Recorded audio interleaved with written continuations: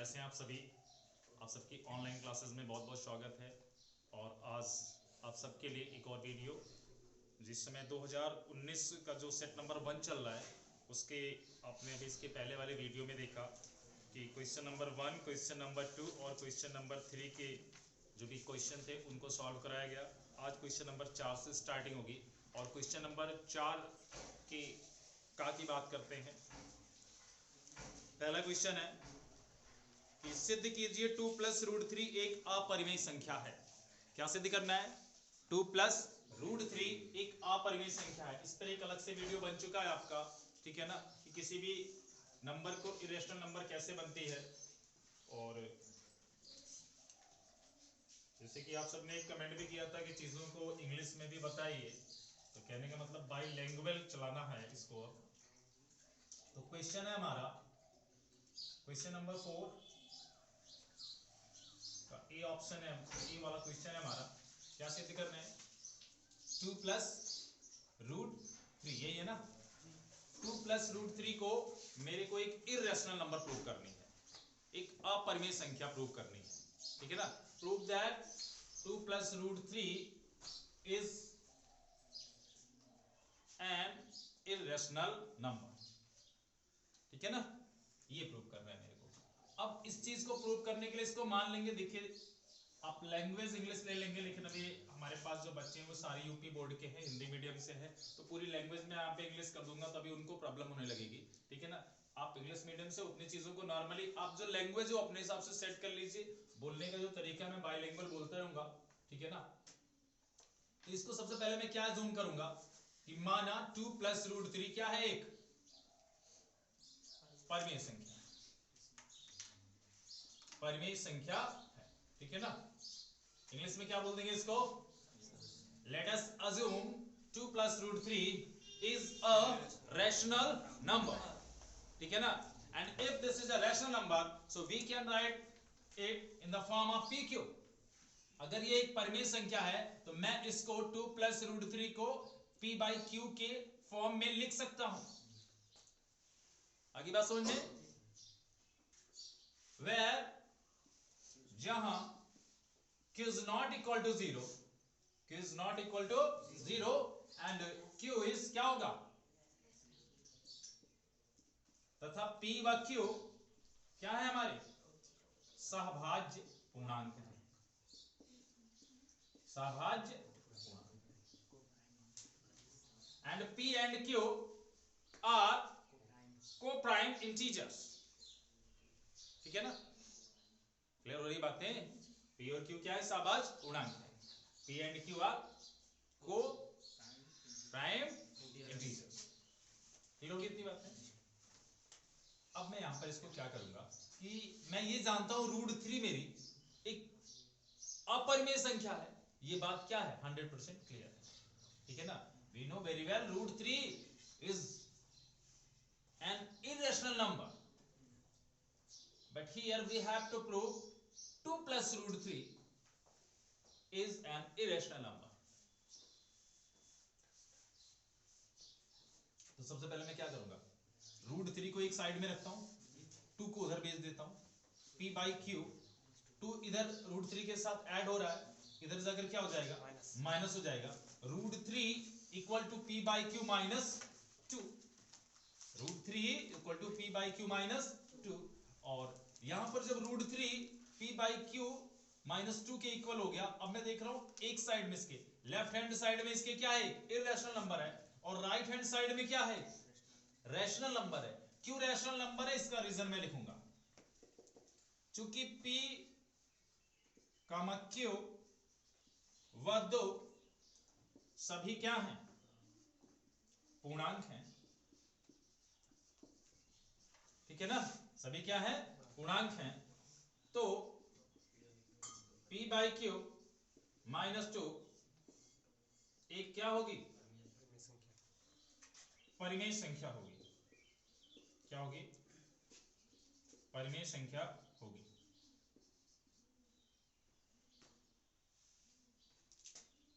और अगर एक साइड में इसके परिमेय संख्या है, लेफ्ट हैंड साइड में क्या है? इसके अपरिमेय संख्या है, किंतु कभी भी कोई अपरिमेय संख्या किसी परिमेय संख्या के बराबर नहीं हो सकती। जो हमारी मान्यता का, ठीक है, बाकी की लैंग्वेज आप सभी को याद होगी, उम्मीद रखते हैं, जो हमारी मान्यता का विरोध करता है और यह विरोधाभास हमारी गलत परिकल्पना के कारण उत्पन्न होता है। अतः 2 प्लस रूट 3 एक परिमेय संख्या है। परिमेय है? परिमेय संख्या नहीं है, अर्थात लिख देंगे 2 प्लस रूट 3 क्या है, एक अपरिमेय संख्या। ठीक है ना, लैंग्वेज में यहाँ पे क्या लिख देंगे, p q and 2, ठीक है, are integers, then p by q minus 2 is a rational number, but we know very well root 3, अभी यहाँ पे देखो, यहाँ पे हिंदी में भी एक लाइन छूट गई है, ठीक है ना, ये हम जानते हैं कि रूट 3 क्या है, एक अपरिमेय संख्या है। we know very well that root 3 is an irrational number, so any irrational number is not equal to a rational number, ठीक है ना, and this contradicts our assumption, this contradicts our assumption, that's why 2 plus root 3 is an irrational number, not a rational number, ठीक है ना, note कीजिए, आगे बढ़िए।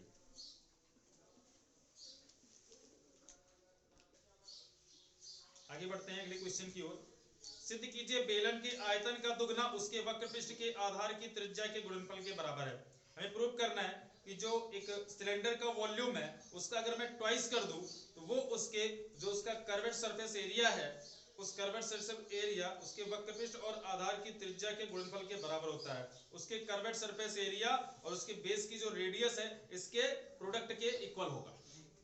क्या प्रूव करना है मेरे को कि एक बेलन का जो आयतन है, वॉल्यूम ऑफ सिलेंडर, ठीक है ना, अगर मैं उसका दुगना कर दूं, उसका ट्वाइस कर दूं, ठीक है ना, तो वो किसके किसके बराबर होगा, उस बेलन के वक्र पृष्ठ और उसकी आधार की त्रिज्या, इन दोनों के गुणनफल के बराबर होगा, ठीक है ना। उसका जो कर्वेड सरफेस एरिया होता है और उसकी जो रेडियस है, इन दोनों के मल्टीप्लाई के बराबर होगा। आगे बात समझ में, और कुछ नहीं करना, बस मेरे को ये प्रूव करके दिखाना है, ठीक है। तो मान लिया भैया कोई बेलन है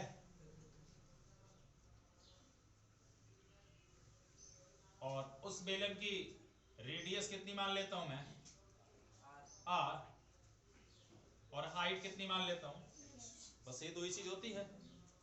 तो बेलन का आयतन, मतलब लैंग्वेज थोड़ी सी लिख लेंगे आप, ठीक है ना, कि माना किसी बेलन की त्रिज्या r व ऊंचाई h है, माना किसी बेलन की त्रिज्या r व ऊंचाई क्या है, h, ठीक है ना। तो बेलन का आयतन, बेलन का आयतन भी बराबर क्या होता है भैया, पाई आर स्क्वायर, ठीक है ना। बात समझ में आ गई।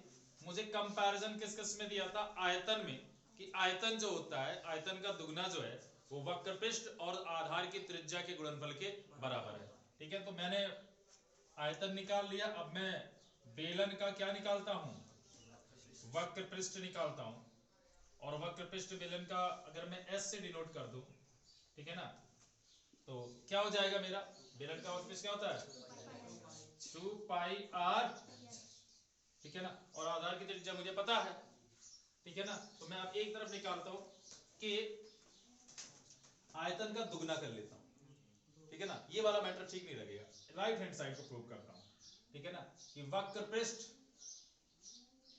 और किसका, आधार की त्रिज्या r का गुणनफल, ठीक है ना। तो वक्र पृष्ठ कितना है आपका 2 पाई r h है, गुणे r कितना है, त्रिज्या मतलब आधार की त्रिज्या r ही है, तो कितना हो जाएगा r गुणे r बराबर 2 पाई r स्क्वायर h। यहां से अगर मैं 2 हटा करके पाई r स्क्वायर h को एक अलग से थोड़ा सा कैटेगराइज करूं, तो मैं देख रहा हूं पाई r स्क्वायर h क्या है, मेरा वॉल्यूम होता है ना, तो यहां पर ये मैं वॉल्यूम लिख दूंगा। आगे बात समझ में। तो अतः ये क्या हो गया, 2 गुणे आयतन क्या हो गया, ये तो सिद्ध करना था कि किसी बेलन के आयतन का जो दुगना होता है उसके वक्र पृष्ठ और त्रिज्या के गुणनफल के बराबर होता है। प्रूव। समझ पाए क्या प्रॉब्लम आ गई? बेलन माना, त्रिज्या मानी, ऊंचाई मानी, बोला आयतन का दुगना करना है, आयतन निकाला पाई आर स्क्वायर एच, बोला दुगना करना है, रुक जाओ अभी करता हूं। बोला और क्या करना है, दुगना मान लो कर दूंगा। बोला वक्र पृष्ठ और आधार की त्रिज्या का गुणनफल करना है और ये प्रूव करना है कि वक्र पृष्ठ और आधार की त्रिज्या का गुणा करने से जो भी मैटर आपका तैयार होगा वो आयतन का दुगना होगा, ट्वाइस ऑफ वॉल्यूम होगा। तो मैंने इसका वक्र पृष्ठ निकाला 2 पाई आर एच और इसके वक्र पृष्ठ की गुणा किससे करा दी, आधार की त्रिज्या से करा दी। अब जब इसकी वक्र पृष्ठ की गुणा मैंने आधार की त्रिज्या से कराई, वक्र पृष्ठ का फार्मूला 2 पाई आर एच, आधार की त्रिज्या r, 2 पाई आर एच का गुणा जब r में होगा क्या हो जाएगा, 2 पाई आर स्क्वायर एच। अब 2 पाई आर स्क्वायर एच को आप देखिए गौर से, तो इसमें आपको एक चीज नजर आएगी पाई आर स्क्वायर एच, और ये पाई आर स्क्वायर एच क्या है, मेरा बेलन का आयतन है। अगर पाई आर स्क्वायर एच बेलन का आयतन है तो मैं 2 को अलग करके पाई आर स्क्वायर एच को मैंने देखिए एक ब्रैकेट में पैक किया, जिससे मैं ये स्पष्टीकरण करना चाहता हूं कि मैं पाई आर स्क्वायर एच को पहचान चुका हूं। ये वही है, कौन है, वही, कौन, वही बेलन का आयतन। तो इसके प्लेस में मैंने क्या लिख दिया, आयतन लिख दिया। तो फिर मैं क्या लेके आया कि बेलन के वक्र पृष्ठ और त्रिज्या का जो गुणनफल है, वक्र पृष्ठ और किसका, त्रिज्या का जो गुणनफल है वो किसके बराबर आ गया है, 2 गुणे आयतन के बराबर आ गया। और इसको डिटेल में लिख लेना, उतना सब जानते हो, 2 गुणे बेलन का। बात समझ में आ गई? ओके, पॉज द वीडियो तो राइट डाउन। चलिए आगे देखते हैं अगला क्वेश्चन। क्वेश्चन नंबर 4 का sin 3a is equal to cos a minus 26, जहां 3a एक न्यून कोण है, a का मान ज्ञात करना है, a का मान ज्ञात करना है। तो क्या चाहिए मेरे को, दोनों पक्षों में समान त्रिकोणमितीय अनुपात, जिससे मैं उनके कोणों की तुलना कर सकूं। यहां पर साइन है, यहां पर कॉस है, कॉस का एंगल थोड़ा इधर उधर करके किया गया है।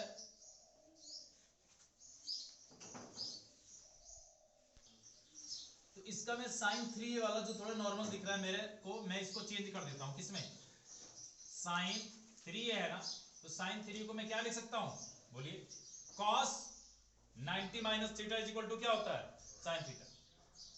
तो मैं अगर इसको cos 90 माइनस 3a कर दूं तो ये बराबर किसके हो जाएगा मेरा, इधर इधर तो मैं कोई चेंज नहीं कर रहा भाई, क्या मैं साइन थीटा को cos 90 माइनस थीटा लिख सकता हूं, बोला चेक करके देख लीजिए, यही वैल्यू आनी चाहिए।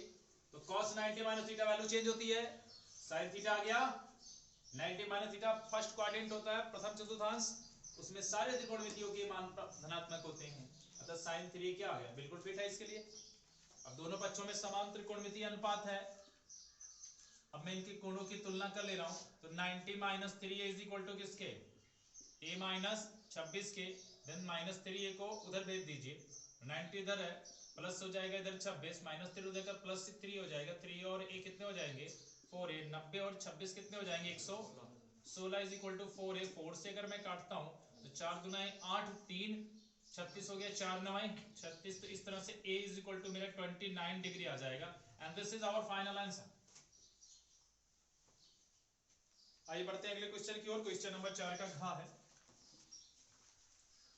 कह रहा है उस बिंदु के निर्देशांक ज्ञात कीजिए जो बिंदुओं -1, 7, एक बिंदु है मेरा -1, 7 और 4, -3 को मिलाने वाला रेखाखंड को 2:3 के अनुपात में विभाजित करता है। इस बिंदु के, मान लेते हैं मेरा बिंदु के कोऑर्डिनेट तो कहीं नहीं दिया है ना, मतलब कोऑर्डिनेट नहीं, नाम नहीं दिया ना, मान लेते हैं ये मेरा ए बिंदु था, ये कौन सा बिंदु था, बी बिंदु था, और ये मेरा पी बिंदु है, ठीक है ना। तो पी के कोऑर्डिनेट मेरे को ज्ञात करना है। मान लिया पी के कोऑर्डिनेट कितना है, x, y। बात समझ में आई? कह रहा है दो बिंदु -1, 7 और 4, 3 को मिलाने वाले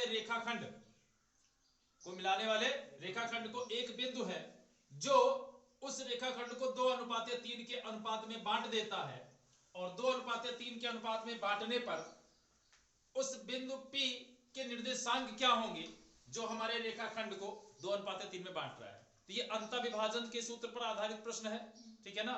और P यहाँ पर AB को अंतःविभाजित कर रहा है, तो यहाँ पर x का कोऑर्डिनेट बराबर क्या हो जाएगा, अगर मैं इसको m1 और इसको कितना m2 मान लूं,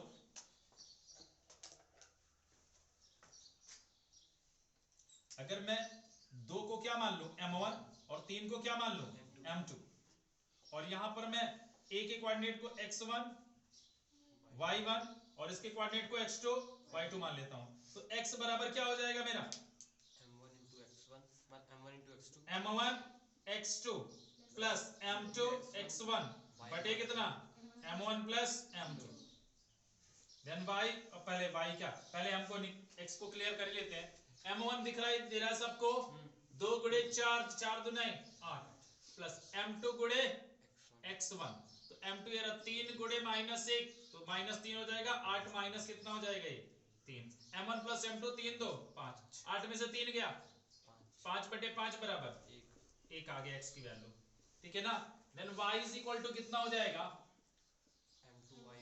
m2 y1 plus m1 y2 by m1 plus m2 m2 y1 3 गुणे 7 7 त्रिक 21, ठीक है ना। फिर m1 y2 3 दुनाई 6 माइनस का 6 हो जाएगा बटे m1 प्लस m2 2 प्लस 3 बराबर किसके 5 के ना, 21 में से 6 घटाओगे कितना बचेगा 15, 5 बटे 15 बटे 5 5 दिए हैं 15, y की वैल्यू कितनी आ गई। अतः विभाजन बिंदु P के निर्देशांक कितने हो जाएंगे 1, 3 होंगे। आंसर समझ पाए। तो इस तरह से 4 वाला क्वेश्चन खत्म होता है, ठीक है, नोट कर लीजिए, इसको नोट करना हो। आगे बात करते हैं क्वेश्चन नंबर 5 पर। क्वेश्चन नंबर 5 का ए के कोऑर्डिनेट दिए हैं, बी के कोऑर्डिनेट दिए हैं, सी के कोऑर्डिनेट दिए हैं, 3 बिंदु आप दिए हैं। बोला तीनों बिंदु समरेख हैं, तीनों बिंदु क्या है समरेख हैं। यदि तीनों बिंदु समरेख हैं तो x और y के बीच में संबंध ज्ञात कीजिए। इन दोनों की वैल्यू ये हमसे नहीं पूछ सकता, क्योंकि दो अज्ञात राशियां हैं, हमें पता है संरेखता के लिए एक जो प्रतिबंध बनता है उसके अंतर्गत एक समीकरण का निर्माण होगा, और यहां पर हम एक समीकरण की सहायता से दो अज्ञात राशियों का मान नहीं निकाल सकते हैं, इसलिए इसने मान नहीं पूछा है, संबंध पूछा है। x बराबर y के पदों में या y बराबर x के पदों में कुछ भी निकाल के बता देंगे। तो आपको पता है त्रिभुज के क्षेत्रफल का जो सूत्र होता है, उस सूत्र में से आगे से वो 1/2 हटा दो, बराबर 0 के रख दो डायरेक्ट, ठीक है ना। यानी अगर 3 बिंदु संरेख हैं, एक ही रेखा पर हैं, कहां पर है, एक ही रेखा पर हैं, तो उनसे किसी त्रिभुज का निर्माण नहीं होगा। अतः उनसे जो त्रिभुज बनेगा उसका एरिया कितना होगा 0। दोनों बातें हैं कि अगर ट्रायंगल नहीं बन रहा है, ट्रायंगल नहीं बन रहा है इसका मतलब क्या है, एक तो ये चीजें संभव नहीं, मतलब उनका जो एरिया बन रहा है वो क्षेत्रफल क्या होगा 0 होगा। इसी तर्क के आधार पर हम देते हैं, समझ में आ गया। तो इनको धीरे से मान लेते हैं, x1 है, ये पहला वाला क्या है हमारा x1 है, दूसरा क्या है y1 है। सबको क्रमशः नेमिंग करते हुए चलते हैं, इनको ऐसे लिख लिया जाए तब ज्यादा बेटर रहेगा। -5, 7 है और c का कोऑर्डिनेट कितना है -4, 5 है, ठीक है। अब यहां से हटा दीजिए, कोऑर्डिनेट चेक कर लीजिए गलत तो नहीं लिखे गए हैं।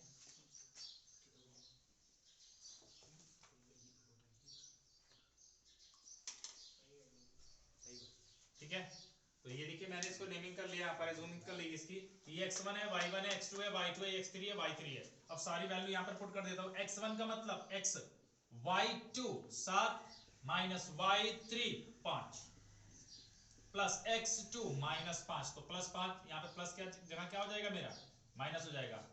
y3 y1, y3 है 5 और y1 है y प्लस x3 है -4, तो फिर से ये क्या हो जाएगा मेरे यहाँ पर -4 हो जाएगा। और y1 y2, y1 y है और y2 क्या है 7 है, बराबर किसके 0 के। रख दिया सारी वैल्यू। अब 1-2 लाइन का खेल और बचा है। 7 में से 5 गया, 2 आया, तो ये 2x हो गया। 5 में से y तो जाएगा नहीं, अंदर 5 से मल्टीप्लाई कर देते हैं, 5 5 25 माइनस का 25 माइनस माइनस प्लस 5y, यहाँ भी ये घटेगा नहीं, 4 से मल्टीप्लाई कर देते हैं, माइनस का 4y माइनस माइनस प्लस 7 चौक 28 इज इक्वल टू कितने के 0 के 2x 5y 4y, तो यहाँ पर 5y दो जगह है, 5y में से 4y चला जाएगा, कितना आ जाएगा आपका ये 1y आ जाएगा, वो प्लस का कि माइनस का, प्लस का आएगा क्योंकि दोनों में से बड़ा 5y था, माइनस 25 है प्लस 28 है, तो 28 में से 25 घटा देंगे, कितना आ जाएगा आपका ये 3 आ जाएगा, बराबर किसके 0 के। अगली बात समझ में, x और y के बीच में संबंध स्थापित करना था ना, ये संबंध होगा तो पॉजिटिव है। yes.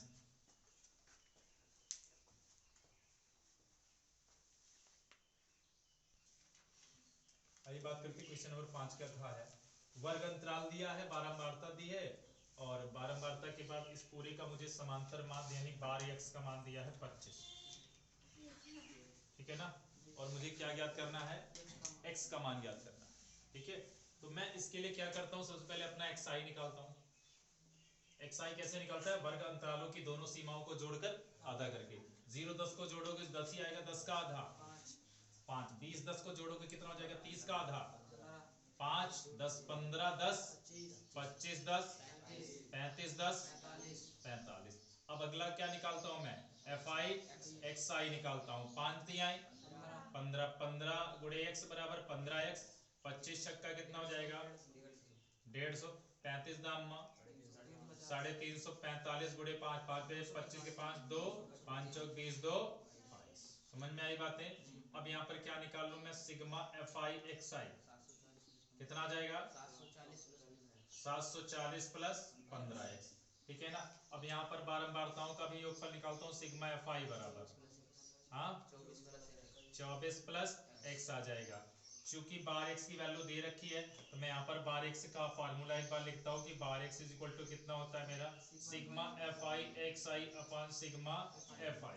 तो बार x की जगह पे 25 लिख दो, सिग्मा fi xi की जगह पे कितना लिख दो 740 प्लस कितना 15x बटे कितना सिग्मा fi, सिग्मा fi कितना है आपका 24 प्लस x है, ठीक है ना।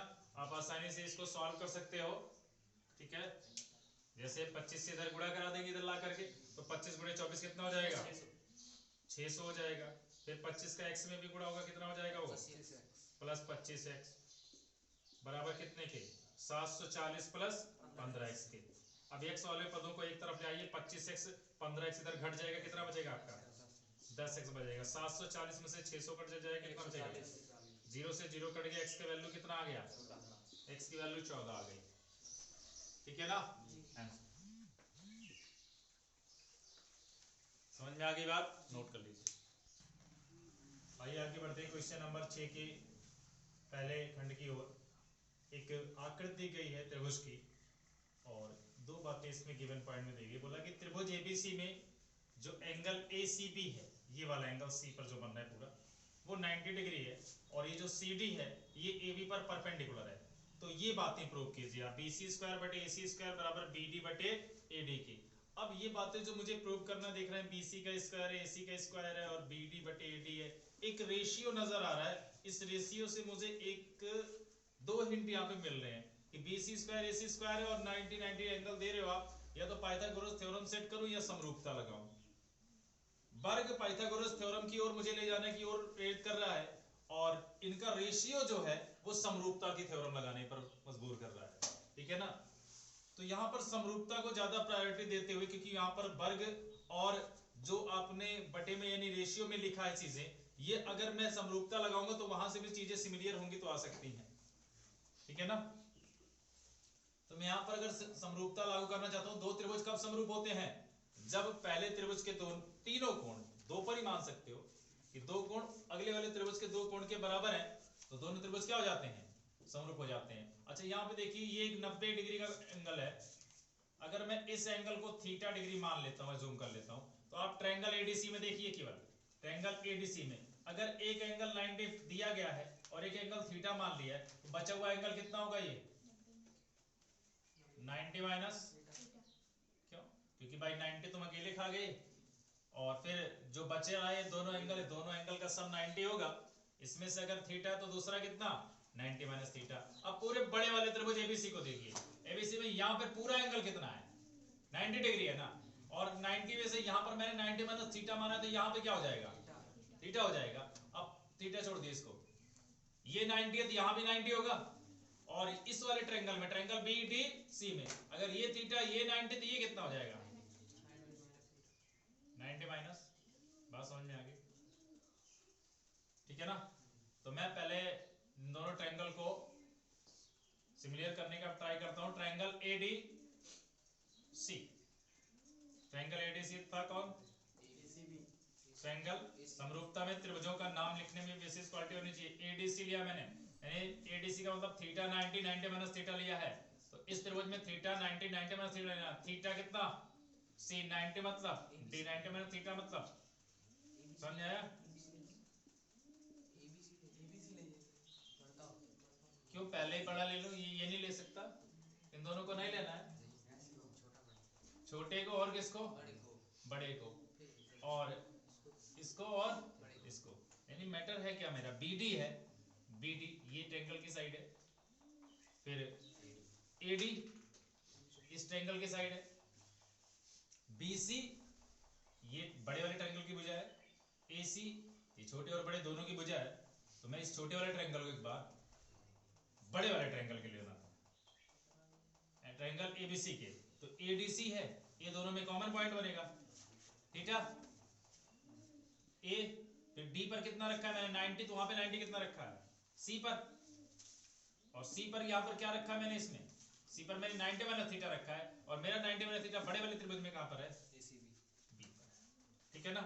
मैं क्या देख रहा हूं कि एंगल ए पर जो भी एंगल है, एंगल ए पर बना हुआ एंगल क्या हो जाएगा एंगल, ये ऐसे देख लेता हूं यार, एडीसी दोनों स्पष्ट फिगर से स्पष्ट है, तो मैं लिखने उठने वाला कुछ नहीं, मैं डायरेक्ट सिमिलर कर देता हूं,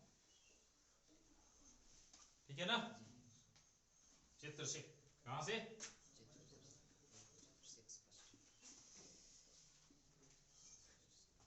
अगली बात समझ में, चित्र से स्पष्ट हो रहा है कि सारे ट्रायंगल मैंने एक छोटा त्रिभुज लिया एक बड़ा त्रिभुज लिया, चाहे ये दोनों कर दो, चाहे इसको बड़े वाले त्रिभुज के चाहे इसको बड़े वाले त्रिभुज के, दोनों सिमिलर हो गए। अब दोनों सिमिलर हो गए तो यहां पर क्या आ गया आपका कि एडी का बटे कितना एसी बराबर डीसी का बटे कितना सीबी बराबर एसी का बटे कितना एबी, ठीक है। अब यहां पर देख रहा हूं क्या आ रही है, एसी एसी दिखाई दे रहा है, तो मैं एसी एसी अगर पहला और अंतिम लेके चलता हूं तो एसी स्क्वायर की वैल्यू निकाल सकता हूं जो मेरा रिक्वायर्ड है। तो यहाँ पे क्या हो जाएगा एसी गुणे एसी, एसी स्क्वायर बीच वाले को मत देखिए, एसी गुणे एसी बराबर एसी स्क्वायर, और एबी गुणे एडी बराबर एबी इंटू एडी, इक्वेशन 1 मान के छोड़ दीजिए। अगर एसी स्क्वायर की वैल्यू मैं निकाल के लाया हूं तो मुझे बीसी स्क्वायर भी चाहिए, तो फिर से मुझे कौन कौन से ट्रायंगल सिमिलर करने होंगे, ट्रायंगल एक बीडीसी ले लीजिए और समरूप कर दीजिए बड़े वाले के बीडीसी 90 माइनस थीटा 90 थीटा, तो बड़े वाले त्रिभुज में 90 माइनस थीटा की शुरुआत भी बी से ही हुई है, 90 माइनस थीटा के बाद मैं 90 पे आया तो मैं बी से डायरेक्ट वहां पे कहां जाऊंगा सी पर जाऊंगा, उसके बाद मैं थीटा पे गया तो मैं इस कहां जाऊंगा ए पर जाऊंगा, ठीक है। तो यहां पर बीडी बटे कितना बीसी बराबर किसके डीसी बटे सीए के, और बीसी बटे कितना बीए के, यहां पर क्या मैचिंग हो रही है बीसी बीसी मिल गया, बीसी बीसी बीच वाली मत देखो, बीसी का क्या हो जाएगा ये स्क्वायर बराबर किसके BD into BA, BD into BA, BA लिखूं या ये भी बात एक ही है, तो मैं देख रहा हूं बीसी स्क्वायर बटे एसी स्क्वायर चाहिए, बीसी स्क्वायर की अब वैल्यू आ चुकी है, एसी स्क्वायर की वैल्यू आ चुकी है, तो इक्वेशन 2 को मैं डिवाइड कर देता हूं किससे इक्वेशन 1 से, इक्वेशन 2 मेरा बीसी स्क्वायर है बटे कितना एसी स्क्वायर, बीसी स्क्वायर की वैल्यू कितनी आई है बीडी इंटू कितना एबी बटे एसी स्क्वायर की वैल्यू कितनी आई है AB into AD, AB into AD, ठीक है ना। तो देखिए यहां पर एबी एबी कट गया, क्या आ गया आपका बीसी स्क्वायर बटे एसी स्क्वायर बराबर बीडी बटे कितना एडी, यही तो प्रूव करना था, प्रूव दैट, समझ में आया।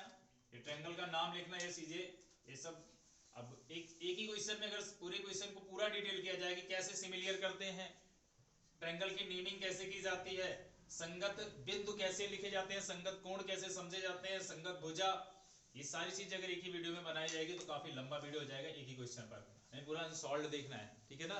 इसलिए अगर आप सबको समरूपता में डाउट है, समरूप त्रिभुजों को कैसे किया जाता है, इस बारे में अगर आपको जानना है तो आप कमेंट बॉक्स में कमेंट कर सकते हैं। तो समरूपता या अन्य किसी भी टॉपिक पर जो भी आपको कम समझ में आ रहा है उस पर एक वीडियो बन सकता है, ठीक है। आज के लिए बस इतना ही, अगली वीडियो में बात करते हैं बाकी बचे हुए सारे क्वेश्चनों पर, ठीक है। तब तक के लिए धन्यवाद।